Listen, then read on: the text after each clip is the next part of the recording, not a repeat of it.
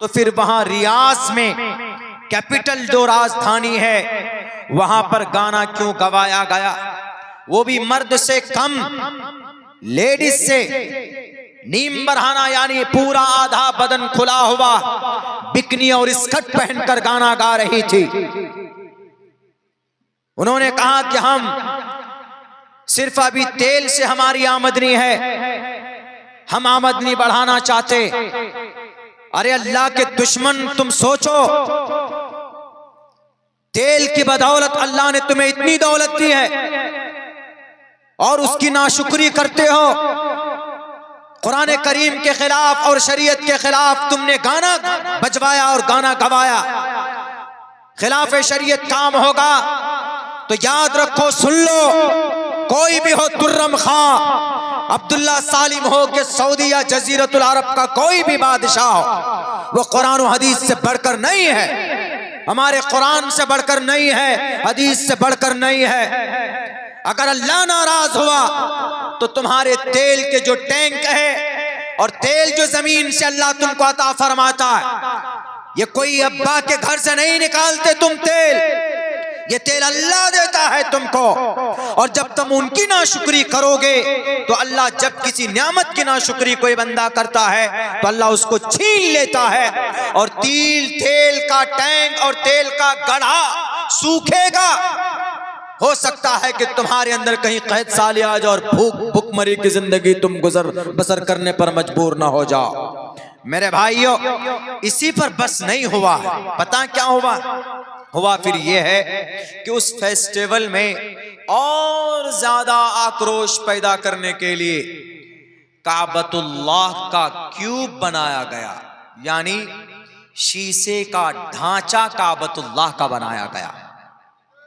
और उस काबतुल्लाह के ढांचे के, काबतुल्लाह के ऊपर एक औरत, अमेरिकन म्यूजिशियन, एक अमरीकी संगीतकार, गाने वाली, एक इज्जतदार तवाइफ, उस काबतुल्लाह के ऊपर छत पर, उसके डिजाइन पर, असली काबतुल्लाह पे नहीं बल्कि उसका एक डिजाइन बना गया, सेम है। अगर मैं झूठ बोलता हूं, मुझे पता है कि कटिहार पूर्णिया में सबसे पहले मेरे खिलाफ पर्चे निकालते हैं लोग कि अब्दुल्ला को नहीं बुलाया जाए जलसों में।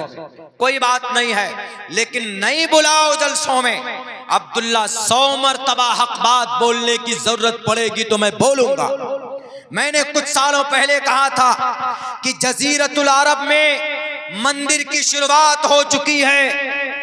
हमारे जो शेख हजरात हैं, हमारे जो अरब के फरमारवा हैं, वो यहूदियों के निगरानी में काम कर रहे हैं। तो इसी कटिहार और पूर्णिया की धरती पर मेरे खिलाफ पर्चा निकाला गया कि अब्दुल्ला साहब झूठ बोलते हो। इसी साल के अप्रैल में 771 करोड़ रुपए से अबू धाबी के अंदर 27 एकड़ जमीन में एक मंदिर का इफ्तिताह करके प्राइम मिनिस्टर साहब आए हैं कि नहीं आए हैं, बताइए, जजीरतुल अरब में। उस वक्त मेरे खिलाफ झूठ बोला गया था कि नहीं मौलाना तो झूठ बोलते हैं, लेकिन मेरी बात बिल्कुल सच हुई। क्यों? दलाइल की रोशनी में बोलने की इस नाचीज की आदत है। मेरे भाइयों, काबतुल्लाह का एक ढांचा बनाया गया और उस मनहूस, उस औरत की ये जुर्रत और वहां की एडमिनिस्ट्रेशन की ये बेअदबी कि काबतुल्लाह के छत पर खड़े होकर और नंगे एकदम बिकनी पहनकर, बाल खोलकर गाना गाए।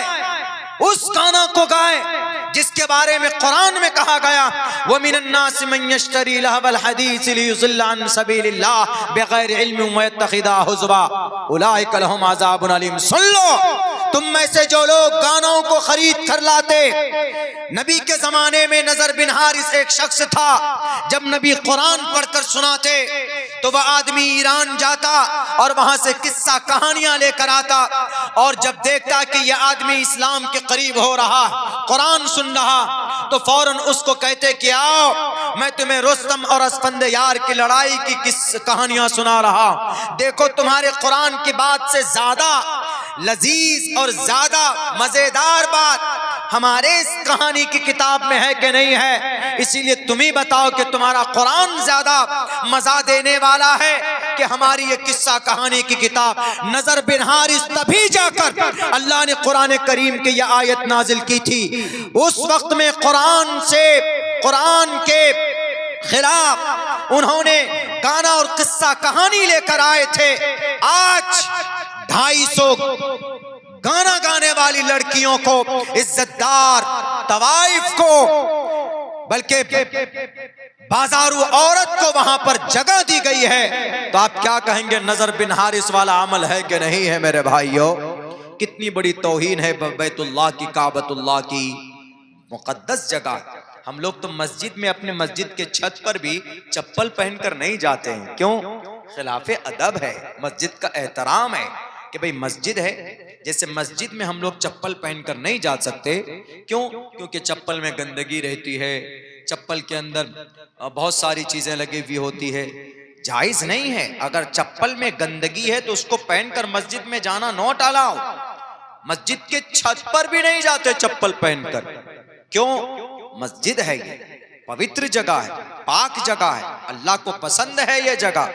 अब वहां पर एक लेडीज को खड़ा कर दिया है, लो मैडम पढ़िए गाना, सुनिए, हमें सुनाइए। वो भी कहां? काबतुल्लाह के छत पर क्यूब बनाया गया शीशे का, और उसके ऊपर लोगों से कहा गया, वहां की एडमिनिस्ट्रेशन से, जिम्मेदारों से, क्या आपने इतना बड़ा गुनाह अजीम को करने का कैसे इजाजत दिया आपने? उन्होंने कहा कि हम यहाँ पर तिजारत में तरक्की करना चाहते।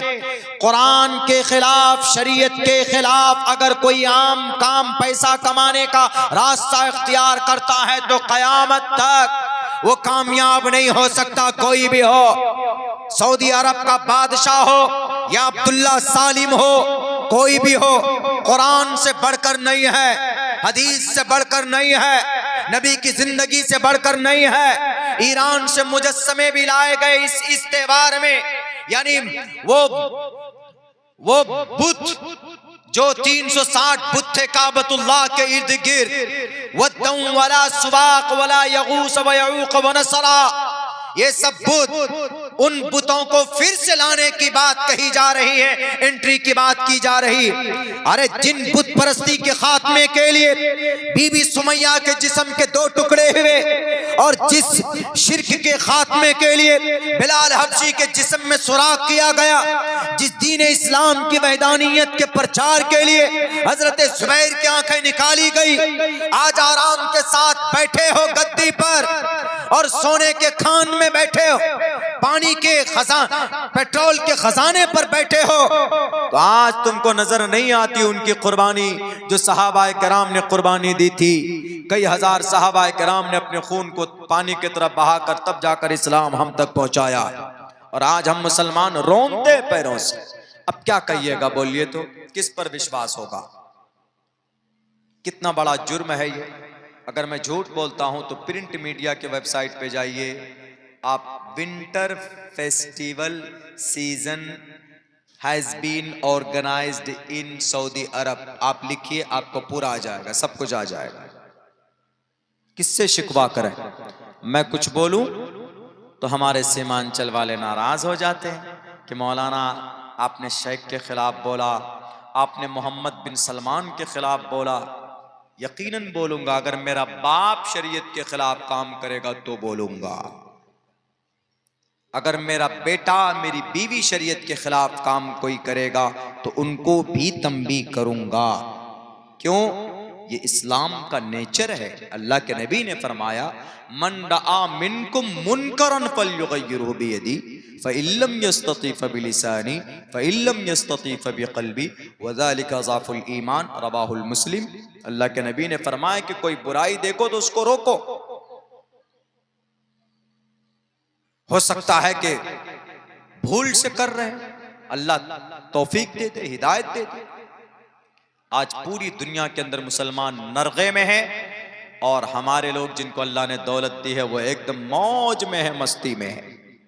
भारत के अंदर क्या मुसलमान कमजोर है? बिल्कुल कमजोर नहीं है।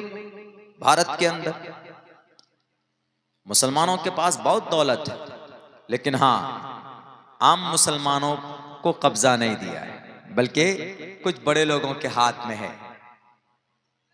इसीलिए जिस दिन ये उम्मत, हमारे लोग सुधर जाएंगे, हमारा अमल अच्छा हो जाएगा, तो हमारी मस्जिदों पर नजरें डालना लोग छोड़ देंगे, हमारे मदरसों में ताले लगाना छोड़ देंगे और हम पर अत्याचार करना छोड़ देंगे। जिस दिन हमारा अमल दुरुस्त हो जाएगा। इसीलिए मुसलमानों, मैं हर जलसे में आखिर में यही बातें कहता हूँ कि हम मुसलमानों को अपने अमल को सुधारने की ज़रूरत है, वरना हमारे पास बहुत दौलत है। आपको इस मस्जिद की तामीर के लिए चंदा करने की कोई ज़रूरत ही नहीं थी, अगर हमारी वो तंजीम अगर आपकी मदद करती। कौन सी तंजीम? वक्फ बोर्ड, जिसको मिस्टर मोदी जी अपना लय हथियाने की कोशिश कर रहे हैं। बहुत पैसा है, बहुत करोड़ों रुपए, 12,000 करोड़ रुपए सालाना इनकम है वक्फ बोर्ड का। कहां जाता है पैसा? वक्फ बोर्ड का पैसा कहां गया? मस्जिद बनी, वक्फ बोर्ड ने मस्जिद बनाई नहीं। कोई मदरसा चलाया नहीं। कोई हॉस्पिटल है नहीं। कोई यूनिवर्सिटी है नहीं। कोई इंस्टीट्यूट है नहीं। कोई ट्रेनिंग कॉलेज है नहीं। कोई यूपीएससी की कोचिंग सेंटर है नहीं। कोई नीट की एग्जाम के लिए बच्चों की तैयारी के लिए कोई बंदोबस्त है नहीं। तो पैसा कहां जा रहा है? तो घोटाला हो रहा। इसीलिए अल्लाह ने कहा ज़हरल फसाद फिल बर्रि वल बहरी बिमा कसबत ऐदिन नास। लोगों की बदअमली की वजह से मिस्टर मोदी, मिस्टर योगी, मिस्टर अमित शाह खड़े होंगे। ये ऐसे नहीं हुए, ये भारत नहीं, भारत के मुसलमानों के अमल को दुरुस्त करने के लिए खड़े हुए, समझ लीजिए। इसीलिए मेरे भाइयों, चूंकि वक्त काफी हो चुका है, मैं आप लोगों से यही गुजारिश करूंगा कि इस वक्त 2-3 काम करना है। ये हमारे जितने भी नौजवान हैं, ये अपनी जवानी को महत्व नहीं देते, ऐसे एकदम लफंगे की तरह जिंदगी गुजारते नहीं। एक एम सेट कीजिए और कम से कम अपनी जिंदगी में नमाज को जगह दीजिए। नमाज बहुत जरूरी है। आप यूं सोचेंगे कि हम निकल जाएंगे, बिल्कुल नहीं। नमाज के बारे में सवाल होगा। जानबूझकर नमाज छोड़ने वाला कुफ्र के दरवाजे तक पहुंच जाता है। इमाम इसहाक बिन रावे कहते हैं कि वो तो काफिर हो जाता है जो जानबूझकर नमाज छोड़ता है। इसलिए माओ बहनों से भी कहूंगा कि आप नमाज की पाबंदी करें। मुसलमानों के चेहरे में नूर नहीं है, मुसलमान सुन्नत से दूर है। अल्लाह के नबी की सुन्नत पर कौन अमल करेगा? एक सुन्नत पर अमल करेंगे तो 100 शहीदों का सवाब रब देता है। इसीलिए इस उम्मत को अमल की जरूरत है, वरना सारी चीजें अभी भी वैसे ही है। वही कुरान है, वही शरीयत है, वही अहकामात है। आज मानने वाले बदल गए तो अल्लाह ने निजाम को बदल दिया। पहले वही साहबी थे, वही कुरान था, वही 5 वक्त की नमाज थी, लेकिन ये किसी से डरते घबराते नहीं थे। आज अगर किसी का नाम लो तो डरते और घबराते। आज मिस्टर योगी और मोदी की बात अगर उसकी पुलिस आ जाए तो पैंट में पेशाब कर दिया जाता। ये बुज़दिली आई कहां से? ये बुज़दिली सिर्फ दुनिया की मोहब्बत ने पैदा की है आपके अंदर।